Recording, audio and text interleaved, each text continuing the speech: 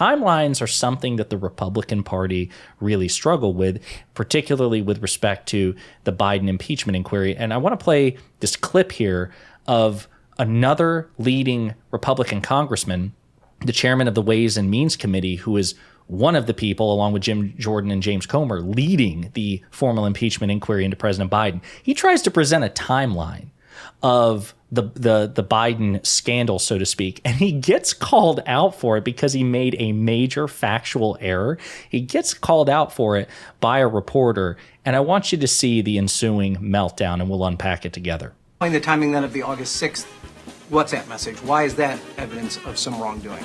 I'm not an expert. And there is music playing behind this because this was posted, I think, by some pro-Biden Twitter account making fun of it. On the timeline, I would love to have President Biden and his family to tell us about all the timelines. But if he's not the president or the vice president at that time, where's the wrongdoing? He wasn't even a candidate for president at that time.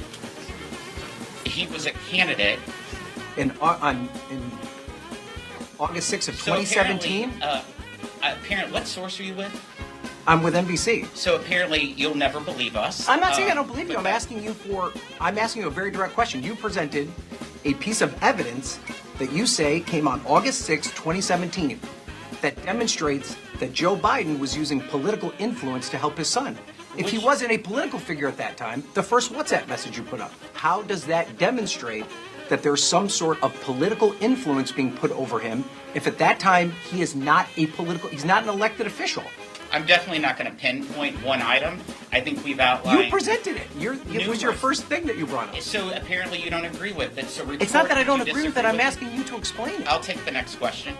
All right, Luke, before I turn it over to you, I think that's hilarious. You said that somebody pro-Biden threw the music on. I'm actually convinced that it just manifested itself into reality. It just became an episode of Seinfeld or something like that. But I'm curious, what do you think about that exchange?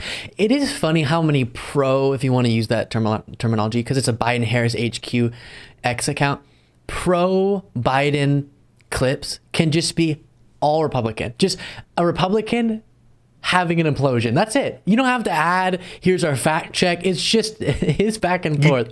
You just put a microphone in front of them and just give them space. Yeah, they do it themselves. Yeah. And so the evidence he's supposed to be presenting of a WhatsApp message is from a time when Biden wasn't president, he wasn't vice president, and he wasn't running for either of those positions. So how could he have been, or how could have Hunter Biden been a part of influence peddling based on that quote unquote evidence you're bringing forward with Biden, who didn't have influence? And it seemed like at that point in time, he was retiring.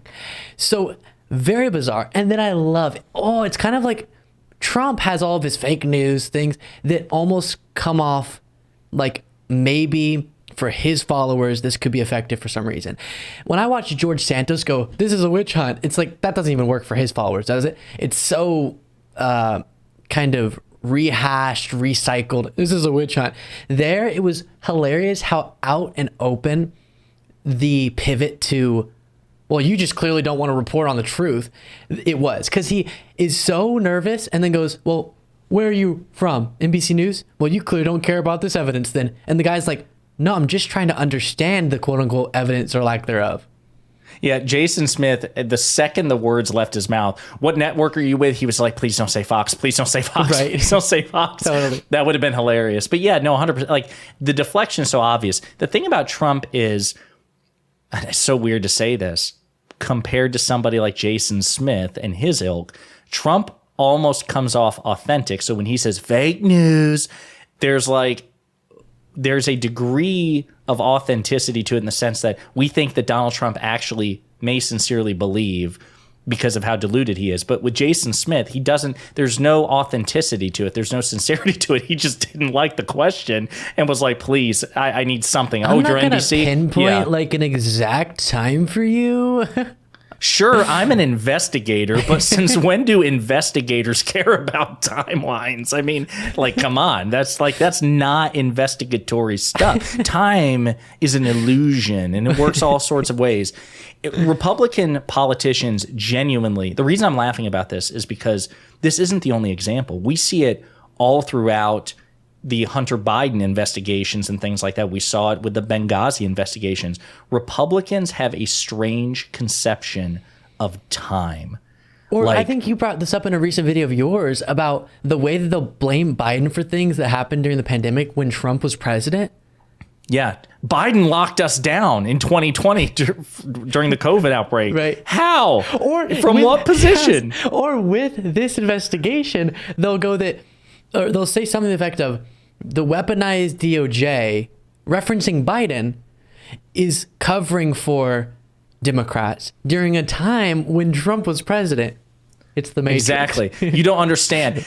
Bill Barr exists. Here's the thing. We need to get that whiteboard or something from Always Sunny in Philadelphia where we sketch out the timeline. You see, Bill Barr is simultaneously the Attorney General in 2017 and in 2023. I mean, it's so bizarre, and it's funny. Somebody should eventually put together a compilation of like all these timeline gaffes, because it would probably be an hour long. An example of it, I guess we'll close this segment on this, is Trump saying Biden's going to lead us into World War II. Oh my, you're right. That might be the biggest example, because you're talking about a delta of like, what, 80 years? Or There's Jeb like Bush led us into the Middle East. Exactly. My goodness. Hey, he was, as a reminder, listen, people make fun of Donald Trump for this, but to be fair, Jeb Bush was the commander-in-chief of the Florida National Guard at the time of our war in the Middle What East. about Biden stumbles in his shoes, Josiah? Exactly. I mean, listen, sure, Donald Trump says these crazy authoritarian things. He gets his timeline wrong. He gets his, a particular Bush or political opponent wrong. He does it all the time. The whales, the windmills, and the whale. Donald Trump Quixote with all the windmill talks. But Biden has to wear sneakers. I mean, it's like a both sides issue, really. Thank you so much for watching. For the outro on this video, I want to plug Josiah's channel. Hit them with it, Josiah. Hey, everybody. I appreciate you watching. You can find me at youtube.com/@ponderingpolitics. One word, Pondering Politics.